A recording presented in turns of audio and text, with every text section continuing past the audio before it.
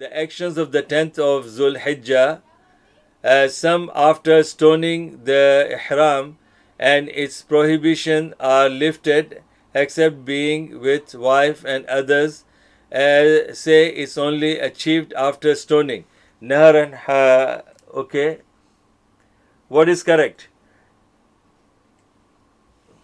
The actions of the 10th Dhul Hijjah, some say after stoning the ihram, its prohibitions are lifted, except being, no, it's not lifted completely in that sense. My brothers and sisters, on the 10th day of Dhul Hijjah, you have to complete stoning and the qurbani, tawaf, and your shaving of the head. These are the things. Then after that you are free.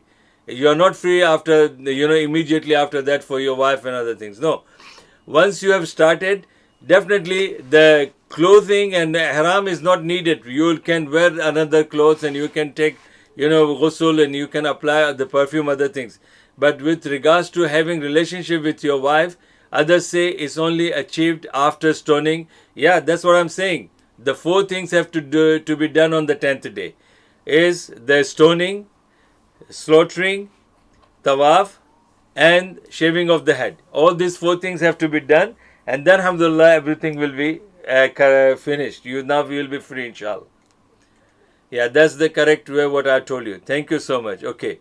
Sorry, Sheikh, I meant after stoning on the 10th day of Dhul Hijjah, is the minor prohibition lifted?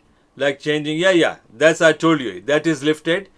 And you can, mashallah, do everything you like except the relationship with your spouse. Yes, alhamdulillah.